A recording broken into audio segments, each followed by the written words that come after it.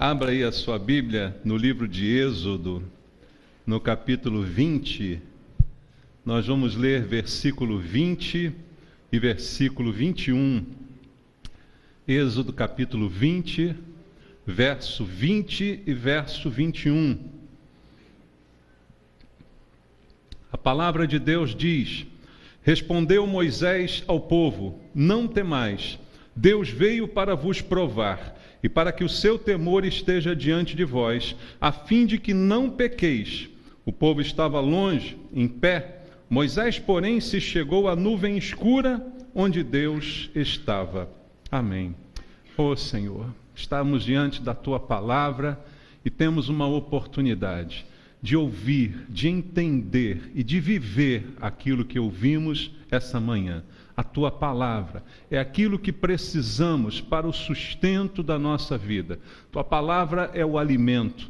Dá-nos entendimento, fala ao nosso coração, porque o que queremos é ouvir a voz de Deus e não a voz dos homens, Pai, mas a palavra que sai da Tua boca. Que ela nos abençoe essa manhã, que ela nos traga fé, que ela gere dentro de nós a fé que o Senhor deseja encontrar em cada um. Eu te peço, entregando a minha vida a Ti e clamando também pela Tua graça, por Tua misericórdia e pela unção do Teu Espírito, para que eu possa ministrar de acordo com a Tua vontade. Oro por isso com os irmãos, em nome de Jesus. Amém. Graças a Deus. Podem sentar, irmãos. Amados, aqui estamos no capítulo 20 do livro de Êxodo, um livro que conta a história da saída do povo de Israel do Egito.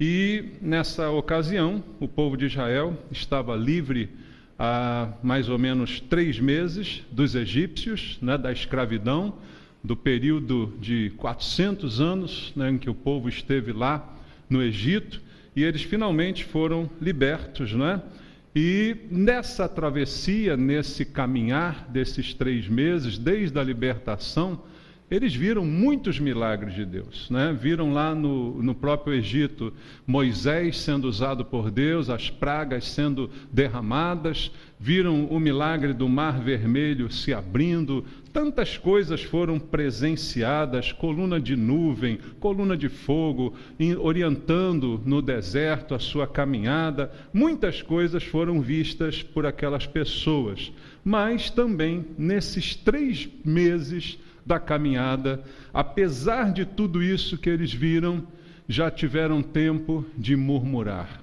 de reclamar, de se queixar, de se lamentar das coisas que deixaram para trás, das coisas que perderam, tudo aquilo que você conhece aí na história bíblica, Murmuraram pelas águas, a gente vê essa passagem na Bíblia, murmuraram pela fome, por um monte de razões, eles murmuraram diante do Senhor. Mas, nesse ponto da caminhada, Deus propõe a esse povo uma aliança. Se você olhar aqui no capítulo 19, um capítulo anterior, do verso 4 ao verso 6, olha o que está escrito. Tende visto o que fiz aos egípcios, falando das pragas, como vos levei sobre asas de águia e vos cheguei a mim. Agora, pois, se diligentemente ouvirdes a minha voz, guardardes a minha aliança, então sereis a minha propriedade peculiar dentre todos os povos, porque toda a terra é minha. Vós me sereis reino de sacerdotes e nação santa. São estas as palavras que falarás aos filhos de Israel. Olha o plano de Deus para aquele povo. Torná-los nação santa, sacerdócio, povo de propriedade exclusiva, povo especial, protegido pelo Senhor, se diligentemente guardarem a palavra de Deus. Então isso é um acordo, isso é uma aliança. Toda aliança, todo pacto pressupõe responsabilidades de ambas as partes. A responsabilidade de Deus que ele estava assumindo era guardá-los, protegê-los, livrá-los, tratá-los de maneira especial. Mas qual é a responsabilidade da outra parte, o povo, nessa aliança? Guardar os mandamentos de Deus, diligentemente fazer tudo que Deus estava mandando. Então, havia aqui uma aliança sendo estabelecida, e essa aliança é seguida pelos mandamentos. Logo depois, quando começa o capítulo 20 do livro de Êxodo, tem o famoso texto sobre os 10 mandamentos. Que mandamentos são esses? São os mandamentos que fazem parte dessa aliança. Diligentemente você deve guardar os mandamentos, para que você se mantenha, faça a sua parte na aliança que eu estou hoje estabelecendo com você. Então, foi feita uma aliança com o povo de Deus. E aí a gente avança no texto e diz que Deus tem um propósito para nós. Veja só no versículo 20, o texto que nós lemos aqui no início. Respondeu Moisés ao povo: não temais, Deus veio para vos provar e para que o seu temor esteja diante de vós, a fim de que não pequeis. Então, o Senhor está aqui trazendo um propósito para o seu povo: obedecer, temer a Deus, para não pecar. Estar sempre diante do temor a Deus, para que isso não deixe você pecar, que é desobedecer. Então, Deus diz: não precisa ter medo de nada. Você não precisa temer. A vida que Deus tem para nós não é uma vida de medo. Amém, irmãos? Deus não quer que você viva atemorizado. Paulo chega a dizer sobre isso: não vão viver novamente atemorizados. Porque você foi salvo, porque você não está mais sob a ira de Deus, então você foi resgatado para viver uma vida sem medo. O perfeito amor de Deus ministrado sobre você, diz a Bíblia, lança fora todo medo. Você pode viver sem medo. Não tenha medo, apenas tema a Deus, num relacionamento que não é de medo. Quando se fala de temor a Deus, se fala de respeito, de reconhecer a sua posição diante daquele que é superior a você e que você deve respeito, consideração. Então ele fala: não precisa temer o mundo, não precisa temer os inimigos, não precisa temer o mal, você precisa apenas temer a Deus. Temendo a Deus, você vai ser guardado de pecar. Então você vai ser provado, como diz o versículo 20, Deus vai te provar, mas você não vai pecar, porque você vai temer a Deus e não aos homens, vai temer a Deus e não ao mal. O medo faz a gente cometer muitos erros, sabia, irmãos? Muitas das guerras começam por causa do medo. O medo faz o homem guerrear contra o outro. O medo faz a pessoa se levantar contra outra. Então Deus está dizendo: você não precisa ter medo, você precisa apenas temer a Deus. Assim você vai ser provado, porque as provas fazem parte da vida.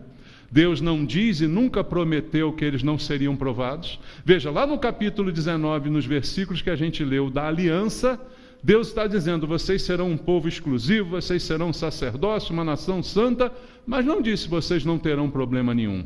Ele disse: eu vou guardar vocês, eu vou proteger vocês de maneira especial, mas em nenhum momento disse: vocês não terão problemas. Pelo contrário, chega no versículo 20 do capítulo 20, ele fala: vocês serão provados. Então, prova faz parte da vida, irmãos. Todos nós somos provados dia a dia. Prova faz parte da vida de qualquer pessoa, e isso é algo sério, limpo, claro na palavra de Deus, que a gente precisa entender. Mas aí chegamos ao versículo 21, aonde a Bíblia diz assim: o povo estava de longe em pé. Por quê? Moisés estava lá no monte, recebendo de Deus as tábuas dos 10 mandamentos, não é isso? E o povo estava observando. E aí diz assim a Bíblia: Moisés, porém, se chegou à nuvem escura onde Deus estava. E é sobre isso que eu queria falar especificamente essa manhã. O fato de Deus estar numa nuvem escura, da visão do povo, vendo Moisés diante de Deus, recebendo os mandamentos e se achegando a uma nuvem escura. E a Bíblia diz que Deus estava na nuvem escura. Veja só, eu disse ainda há pouco que nenhum de nós está livre de uma prova. O que são as provas na nossa vida? A gente até costuma usar essa analogia, né? Quando você está vivendo provas, você diz que o céu está escuro sobre a sua cabeça, não é? Você diz que parece que só chove em mim, né? Está todo mundo bem e as coisas, as tempestades estão acontecendo. Quando falamos de tempestades são sempre precedidas por nuvens escuras, né? Elas nascem nas nuvens carregadas. Quando você vê o céu todo escuro, você logo imagina, vem chuva por aí. Quanto mais escuro tiver, você diz, a chuva vai ser grossa, a chuva vai ser terrível, olha, vem uma tempestade por aí. Isso é algo natural que nós observamos aí dos fenômenos da própria natureza. Então ninguém está livre de uma nuvem escura na vida, porque temos provas. Provas fazem parte da nossa existência. Os dias não são só de sol, não é? Os dias não são só de alegria. Os dias incluem algumas lutas, algumas tristezas. Eu costumo brincar com alguns dizendo que alguns cristãos são muito triunfalistas, né? E gostam de dizer frases de efeito, mas que na verdade não são verdadeiras. Nós já ouvimos muitos irmãos dizerem, olha, em Cristo só vitória. Aí você diz, aleluia! Mas não é verdade. Em Cristo só vitórias? Não, às vezes tem uns empates, às vezes tem umas derrotas também. A vitória final está garantida, amém? Em Cristo somos mais do que vencedores. Por quê? Porque o vencedor é aquele que vence. Mas o que é mais do que vencedor é aquele que vence até quando perde ou empata. Ele continua vencendo porque ele confia naquele que o chamou. Então existem na vida algumas derrotas. Algumas batalhas a gente perde, embora a guerra esteja ganha. Então há tribulações, há nuvens escuras pelas quais a gente vai passar. O caminho pode estar maravilhoso, o dia pode estar iluminado, mas de repente nuvens podem cobrir o céu da nossa vida e a gente vai enfrentar grandes tempestades aí. E sem menos esperar, às vezes aparece. Você já passou por isso? O dia estava lindo, você saiu de manhã e dizia, olha que dia lindo, nem levou o guarda-chuva. E aí, de tarde, caiu um temporal. Já aconteceu com alguém? Aí tem uns irmãos que levam guarda-chuva para tudo que é lugar também, né? Então, queridos, a gente vai enfrentar essas coisas que podem surgir até de repente. Então, a Bíblia está cheia de exemplos de homens de Deus, de mulheres de Deus, que enfrentaram, mesmo sem querer, nuvens escuras na sua vida. Vidas que estavam florindo, vidas que estavam muito bem, mas que de repente, de uma hora para outra, viraram. Você lembra de José, aquele lá do Egito, né? José estava numa boa com seus irmãos, né? José era o filho preferido do pai, ganhava presentes, né? Estava tudo bem, era o caçula, tudo maravilhoso. De uma noite para o dia, tudo virou na vida de José. Ele vai ser vendido como escravo, ele vai ser preso injustamente, ele vai ser acusado injustamente. Tudo isso vai acontecer sobre a vida dele de um dia para o outro. Sem aviso, não é? Aconteceram essas coisas. Foram nuvens escuras ou não? Foram tempestades ou não? Agora lembra do texto lá de José, Gênesis 37, 38, 39? O tempo todo a Bíblia diz, mas o Senhor era com José. Por que o Senhor era com José? Porque Deus também está na nuvem escura. Sabe disso? Na nuvem escura, Deus também se faz presente. Na tempestade que surge, de repente, Deus se faz presente. Quantos homens enfrentaram esses problemas que não queriam enfrentar? Se eu for citar, tem N exemplos na Bíblia. Davi, homem segundo o coração de Deus, quantos problemas Davi teve? Quantos inimigos, Saul querendo matá-lo, o seu próprio filho Absalão querendo tomar o seu reino. Tudo isso acontece na vida desse homem, nuvens escuras. Nuvens turbulentas, né, que vieram para provocar grande tempestade na sua vida. E o apóstolo Paulo, né, ontem, sexta-feira, a gente foi ver lá o filme do apóstolo Paulo, uma bênção, né, o filme. Mas pensa bem, quantas lutas esse homem passou, quantas tribulações por amor a Cristo, como ele mesmo diz, né, quantas lutas ele enfrentou, quantos açoites, quantas traições, judeus se voltando contra ele, crentes desconfiando dele, está tudo na Bíblia, narrado na palavra de Deus. Então não foi uma vida de mar de rosas, né, de céu de brigadeiro, como se diz, tudo limpo, tudo maravilhoso. Não, teve muita tempestade. Teve muita alegria? Teve muita alegria, né? Paulo escreve aos Filipenses e fala tanto de alegria, mas também teve muita nuvem escura nessa caminhada, teve muito percalço, e isso acontece. E por fim, não há exemplo melhor do que o do próprio Senhor Jesus. O Senhor Jesus veio como um propósito de Deus, como um cumprimento da palavra de Deus, como o Messias, o Salvador, e ele vai passar por tantas coisas também. Vai ser preso, vai ser humilhado, não é? Vai ser achincalhado da frente de todos, e na noite anterior ele vai suar sangue em oração. Não foi uma noite de céu estrelado, foi uma noite de nuvem muito escura sobre a sua vida. Tribulação muito grande também ele passou. E aí eu pergunto, será que com a gente, na igreja atual, vai ser diferente, irmãos? Eu fico assim, quando eu penso nessas coisas bíblicas, eu fico pensando nesses irmãos que pregam aí a teologia da prosperidade, né? Será que não enxergam que a vida não é só vitória? Que a vida não é só riqueza, que ser cristão não é só se dar bem?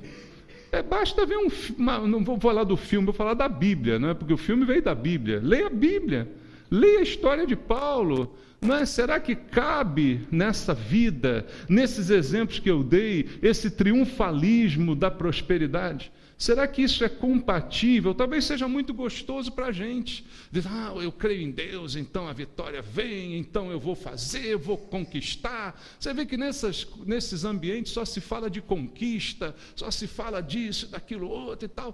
Sempre querendo exaltar a pessoa, esquecendo que há cristãos nesse momento padecendo o mesmo que Paulo padeceu. Entende que há cristãos nesse momento sofrendo o mesmo que outros no passado sofreram. Aonde está a teologia da prosperidade para essas pessoas? E a própria Bíblia vai nos mostrar, veja só, em 2 Timóteo, capítulo 3, carta também que Paulo escreveu da prisão, né, considerada a sua última carta, logo antes da sua morte. Em 2 Timóteo, capítulo 3, no versículo 12, o apóstolo Paulo diz assim: ora, todos quantos querem viver piedosamente em Cristo Jesus serão perseguidos. Basta você querer viver de acordo com o Evangelho em todos os sentidos que você será perseguido.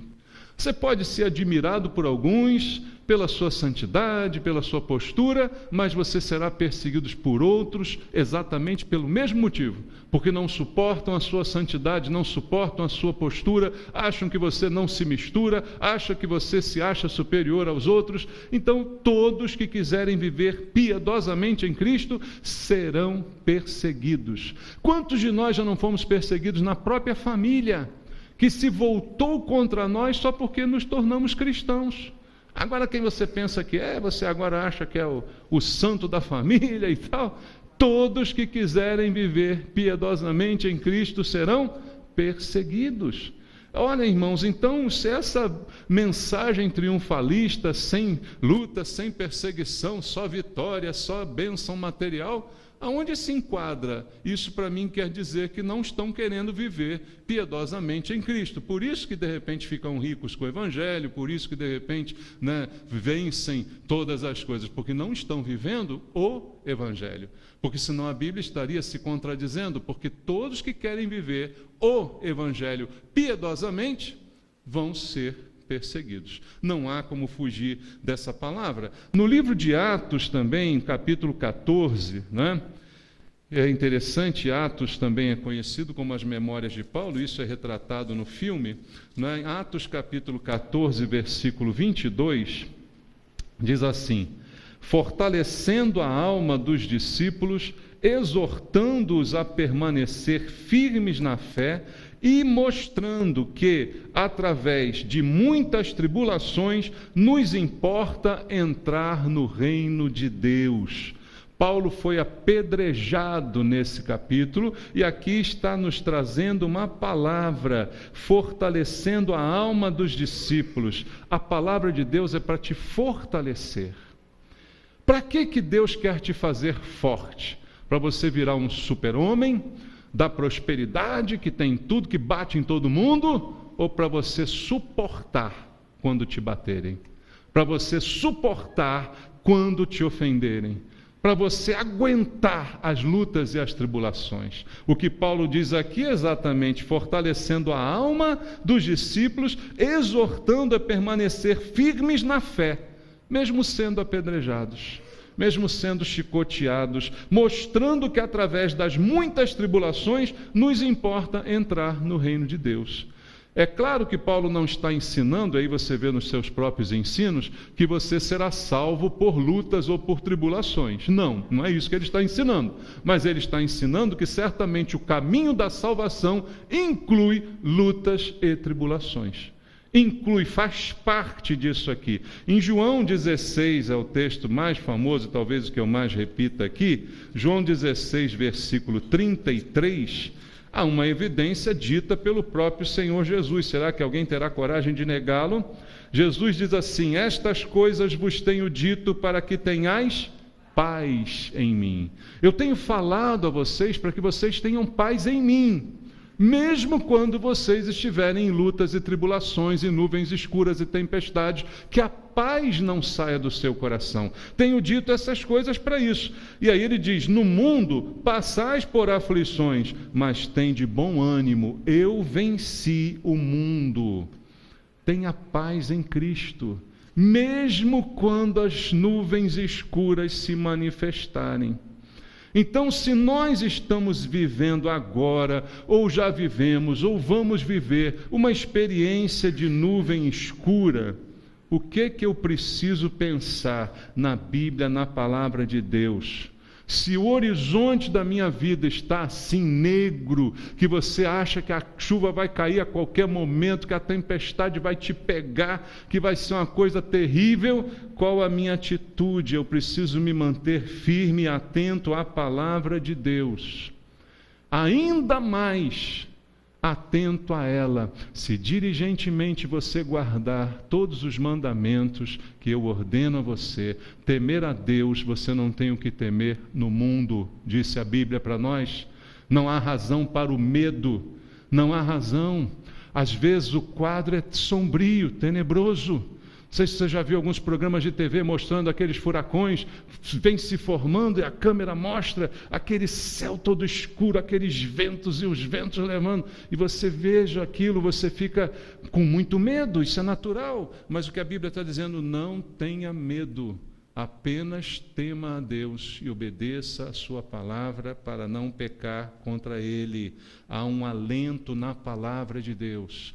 A esperança, o refrigério, vem da paz de Cristo que excede todo entendimento. Não vem do conselho dos homens, não vem do tapinha nas costas, não vem de uma pessoa, de um motivador. Não vem, irmãos. A esperança e o alento vem da palavra de Deus. E aí eu volto àquele texto lá no versículo 21. Moisés se achegou à nuvem escura, aonde Deus estava.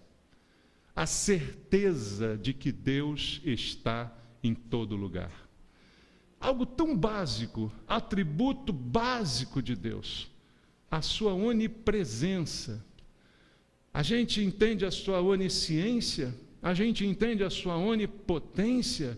Ele tem poder sobre todas as coisas, ele tem ciência de todas as coisas, conhecimento de tudo, mas ele também é onipresente. Está presente em todos os lugares, até onde eu menos espero, até na grande tribulação que eu possa estar enfrentando agora.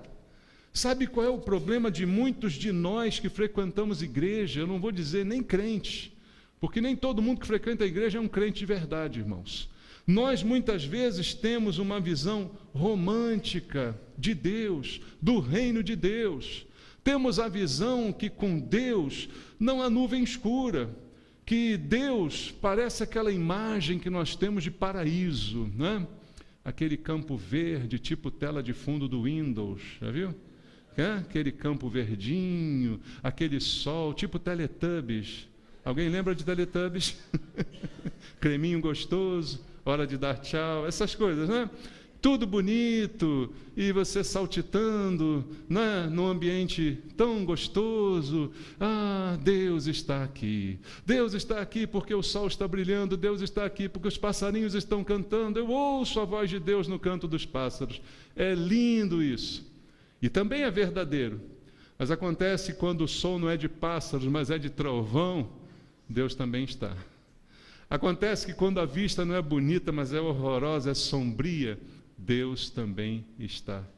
É nisso que nós temos que confiar, tirar de nós essa imagem romântica de céu estrelado, de paisagem calma, de mar sem ondas, de vida sem vento. Não existe isso, irmãos. A Bíblia diz que Deus está presente nas horas mais difíceis.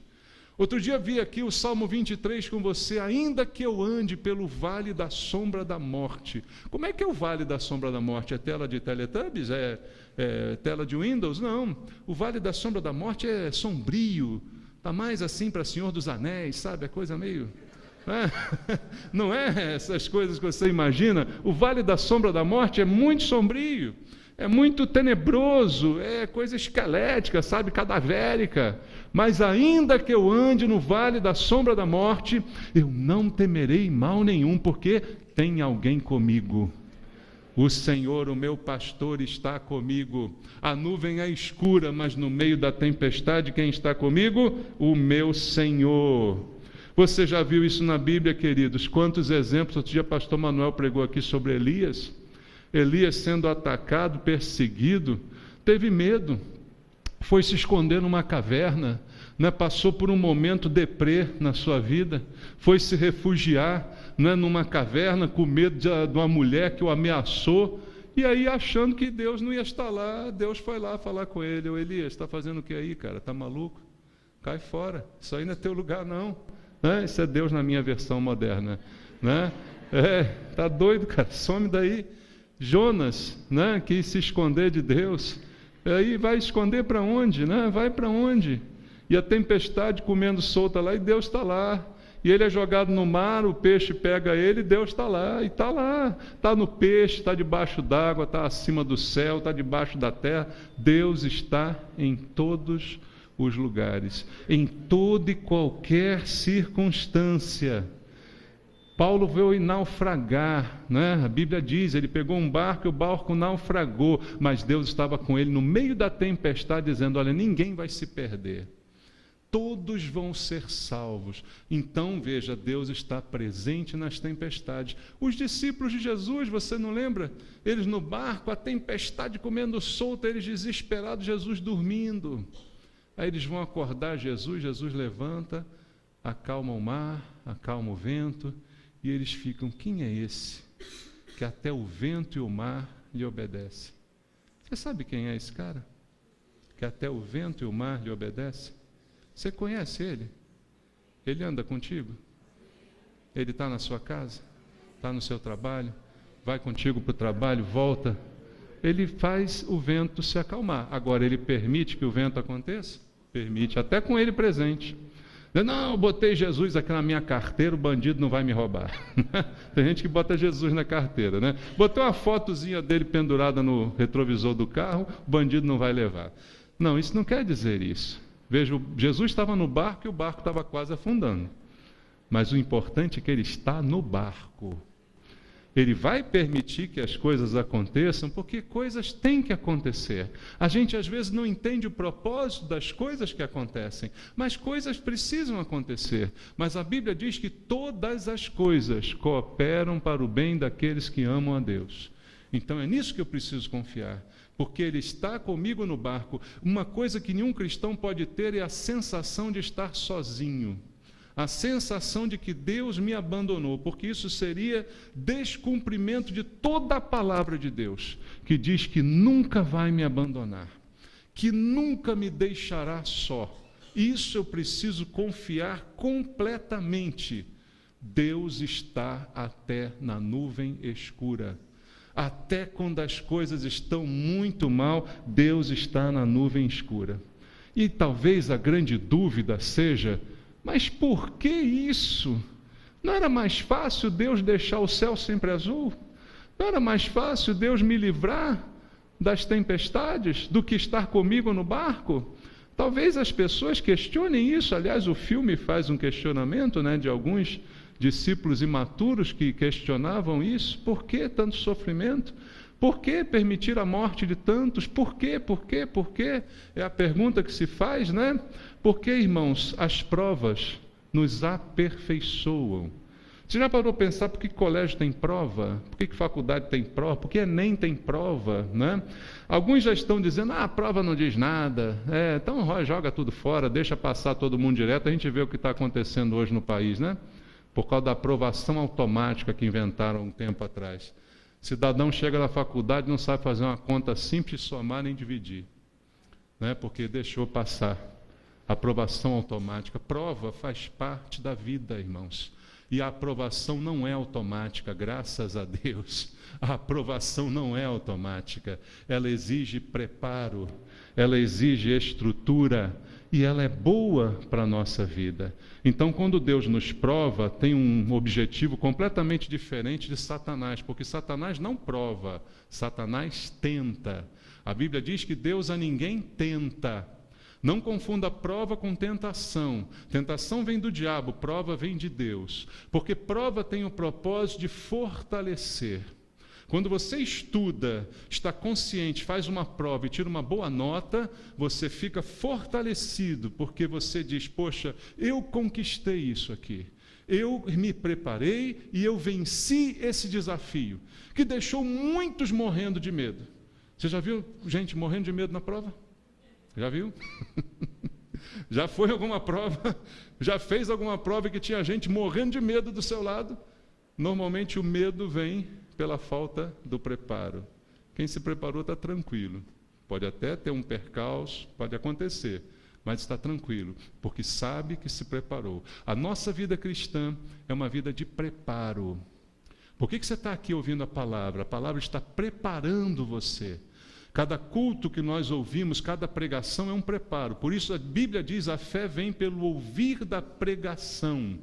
Isso é preparo. Você está sendo preparado para que quando a prova vier, você não esmoreça, você não caia, você não perca, mas você, pelo contrário, se fortaleça. A fé que vem pelo ouvir é a fé na qual o justo vive. Então, nós somos preparados para as provas e elas nos deixam melhor quando elas passam. Então, foi assim que aconteceu.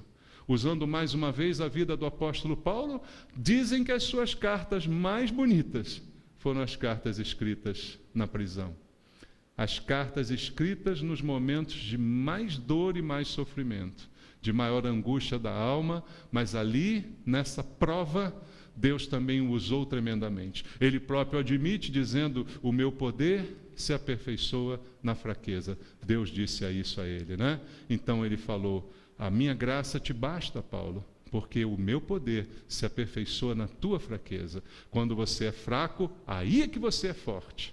Ou seja, quando você está lá na prova, aí é que a força de Deus entra de uma maneira tão sobrenatural que você consegue fazer coisas que nem imaginava que conseguia, que você consegue suportar coisas que você nem imaginava que conseguiria suportar. Então é assim, dessa forma que as coisas funcionam. Dizem também que John Bunyan, o escritor que escreveu O Peregrino, ele escreveu esse livro. Quem já leu O Peregrino aqui? Ih, pouca gente leu, aí. Você está esperando o quê? O livro tem só 500 anos. E você não leu ainda O Peregrino. Não teve tempo, Tem só 500 anos o livro. Vai lá, corre que ainda dá tempo. Ainda tem para comprar. Ele escreveu O Peregrino preso numa prisão em Belfast. Nessa viagem que nós fizemos agora, nós fomos ver o túmulo do John Bunyan. Está lá ele enterrado, como todo mundo, Um dia morre. Pode ser tremendamente usado por Deus, mas um dia morre, Mas ele escreveu da prisão. Ele escreveu de um momento de muita angústia e sofrimento, e uma obra espetacular. O Peregrino narra como é que é a vida de um cristão desde a sua conversão até chegar no céu. Quantos percalços, quantas ofertas ele recebe, não é? Quantas tentações ele passa, mas também quantas provas, e vai descrevendo ali uma narrativa espetacular, que você pode ler, que vai certamente abençoar a sua vida. Mas foi no meio de grandes lutas que isso aconteceu.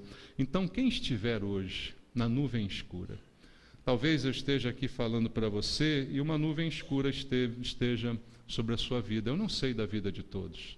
Eu não sei o que você está vivendo, não sei como é que está o céu sobre a sua cabeça, se está escuro, se o vento está calmo, ou se está agitado, ou você está vendo, né? Às vezes está bem, mas você já está vendo uma tempestade, você já está vendo lá na frente um redemoinho se levantando.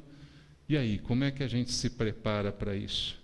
Quando você estiver passando por essa nuvem, eu só queria que você lembrasse uma coisa: Deus está na nuvem escura. Eu não vou ficar sozinho nela. E quando ela passar, porque ela vai passar, não há nenhuma nuvem escura que permaneça para sempre. Quando ela passar, eu vou sair mais forte, eu vou sair renovado, com mais aprendizado, eu vou me tornar um cristão melhor.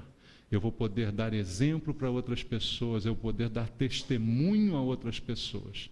Não pense na tempestade, pense no que vai acontecer depois. Ela vai passar. Se você já está vivendo, eu quero dizer para você, Deus está nessa nuvem com você. Deus está do seu lado nessa nuvem. Deus está firme e forte ao seu lado. E quando a nuvem passar, você que vai ficar firme e forte. Você que vai se fortalecer. Cada uma dessas nuvens que vem, mais forte a gente fica. E eu termino trazendo para você um Salmo 46, que é um salmo bem conhecido, mas que são palavras de Deus, que elas sirvam de alento para a nossa vida, para a nossa fé e para a nossa confiança. Salmo 46, do versículo 1 ao 3 e depois do 10 ao 11. Diz assim: Deus é o nosso refúgio e fortaleza, socorro o quê? Bem presente. Aonde? Nas tribulações. Olha, Deus presente na nuvem escura, Deus presente nas tribulações. Portanto, não temeremos, ainda que a terra se transtorne e os montes se abalem, ainda que eu passe pelo vale da sombra da morte, Deus está presente, não vou ter medo, só vou temer a Deus. Ainda que as águas tumultuem e espumejem, e na sua fúria os montes se estremeçam. Versículo 10: Aquietai-vos e sabei que eu sou Deus, sou exaltado entre as nações, sou exaltado na terra. O Senhor dos exércitos está conosco, o Deus de Jacó é o nosso refúgio. Aquieta o teu coração em Deus. Vamos orar? Oh Jesus, nós podemos enfrentar nuvens, podemos enfrentar tribulações, mas há um alento na tua palavra, a tua presença está conosco, Senhor. Nós podemos desfrutar dela em todos os momentos, até na nuvem escura. Ajuda-nos a fazer, como diz o Salmo 46 no seu final, aquietar o nosso coração. Ajuda-nos, Pai. Você que hoje está vivendo essa nuvem, eu sinto o desejo de orar por você. Orar por você, pedindo a Deus que Ele aquiete o seu coração. Se você está vivendo uma nuvem, ou está vendo uma nuvem se aproximar, vem aqui à frente orar junto comigo, orar a Deus, colocar diante de Deus a tua vida, tua passagem por esse mundo, as nuvens que você ainda vai enfrentar. Peça a Deus agora, eu só peço a Deus que Ele te mostre que Ele está presente. Eu só peço a Deus que Ele te revele que Ele nunca te abandonou e nunca vai te abandonar, nunca, que Ele está presente nessa nuvem. Se ela está chegando, se ela já está sobre a sua cabeça, se ela vai um dia chegar, não importa, Deus está presente nela e Ele está cuidando da sua vida. Não há motivo para temor, apenas tema a Deus, não peque contra Ele. Apenas tema ao Senhor, e descanse completamente nele. E agora, como disse o Salmo 46, eu quero orar pedindo a Deus que o seu coração se aquiete. Aquieta o teu coração diante de Deus. Às vezes ele está agitado, às vezes ele está conturbado, angustiado. Vem a angústia, dizer: Senhor, como é que eu vou sair dessa nuvem? Como é que eu vou passar por essa tempestade? Isso é coisa normal. Mas eu quero pedir: Senhor, aquieta o coração dos teus filhos com a tua presença, Pai. Aquieta o coração dos teus filhos com a fé gerada pela pregação da tua palavra. Que ela acalme o coração, que ela faça com que cada um deles confie plenamente no Senhor, confie totalmente em Ti, se entregue em Tuas mãos. Entrega o teu caminho ao Senhor, confia nele e o mais Ele fará. Que isso traga paz, paz que excede todo entendimento. Que ninguém compreenda como é que pode você, no meio de uma tempestade, ter paz. Como Jesus dormia naquele barco, você terá o seu coração aquietado pela fé que você quer manifestar em Deus. Que ela se manifeste agora.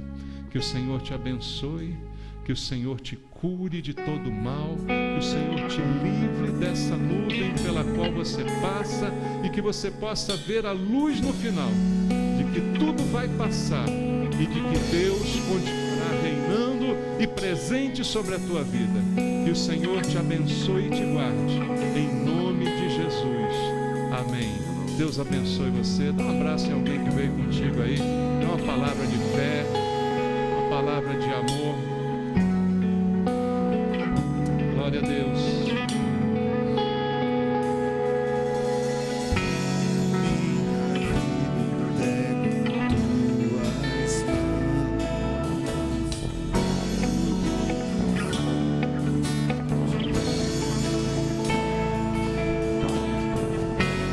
Meus caminhos estão. Quero viver pra te fazer feliz. Te entrego meu coração. Levanto minhas mãos e te adoro, Senhor. Eu sei. Amor